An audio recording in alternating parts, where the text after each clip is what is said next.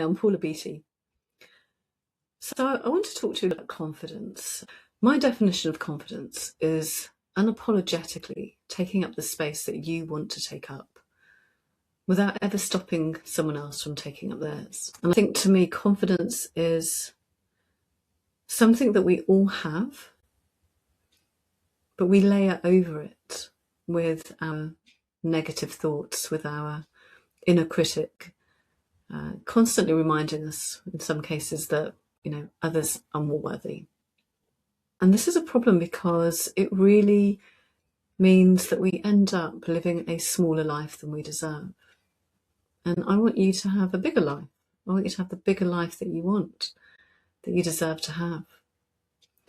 And what's really interesting is when you look at the articles that are written by men, the books that are written by men on confidence, they are very often about taking action. Do this thing repeatedly, push yourself repeatedly, and you'll become really confident in it. And I think that's absolutely right. Where it hits the glass wall, though, is what happens when you try the next thing. What happens when instead of leading 15 people, you're leading 30 people? What happens when you change jobs? What happens when you move to a different country? When you look at articles, listen to podcasts, read books, etc., written by women, they tend to be far more about how we think, our inner thought. I believe confidence is made of 4 components: self-acceptance, self-belief, mindset, and courage.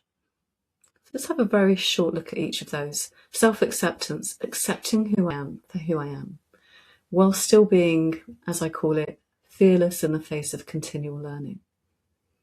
What does that mean? That means that I don't just tolerate the quirkiness of me, the flaws that I have. I actually embrace them because I understand that it makes me more interesting, 3-dimensional.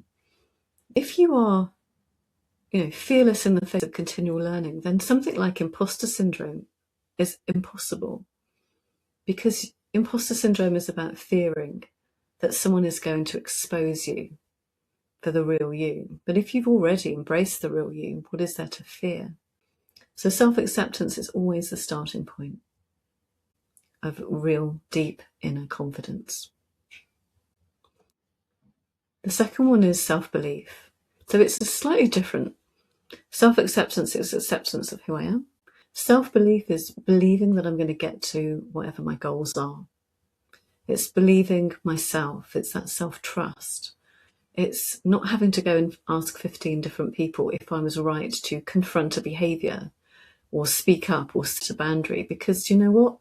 I know who I am. I know what my values are, and I know what my identity is. And again, without apology, I'm going to lead my life according to those values. I don't need a consensus opinion on it. That's not to say that I'm closed to feedback, but I really carefully choose who I'm getting that feedback from. And most of all, I'm unafraid to listen to myself. Mindset.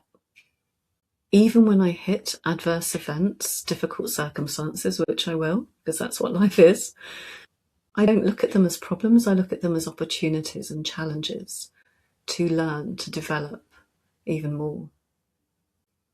I stop looking for problems. I start seeing the good in things. Every adverse incident is going to give me a gift. It may not give me a gift to start with, but one day I will realise that there was a gift in that.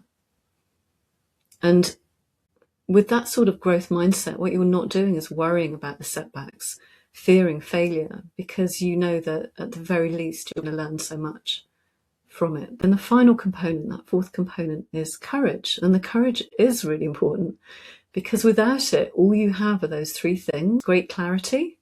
I have self-acceptance, I have self-belief, I have mindset, but without courage, nothing will change because I'm not taking action.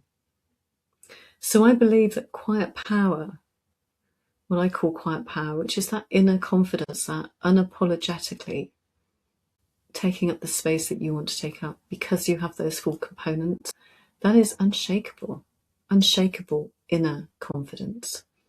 You've quietened the inner critic in your head. It's lost its power over you. You're listening to yourself.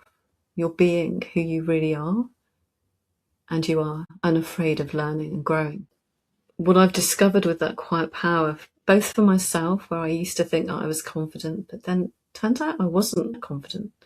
I think I was putting on an almost performative view of confidence. But inside, I don't think it was really strong. This quiet power that I've built within myself, that I continue to teach to others and build in others, I see the difference it makes to them. I see people coming to my programs with lack of self-worth, lack of self-esteem, a lot of doubt. And after just 6 workshops spanning about 4 months, I really see the difference, and the testimonials speak to that as well. That people are able to feel that they are worthy of great things, of living that bigger life. And the fear is diminished. And I think perhaps that's the most important thing of all, is that quiet power doesn't get rid of fear, because fear is actually a sign that you are growing and that you are facing new opportunities in front of you. But what it does help you do is navigate that fear, so that you are able to say to yourself, look what I'm going to learn from this, and I'm just going to give it a go. It gives you the tools, the strategies, and most of all, the inner voice that tells you to trust yourself. I see the difference it's made to people. I see the difference it's made with me, and it's powerful.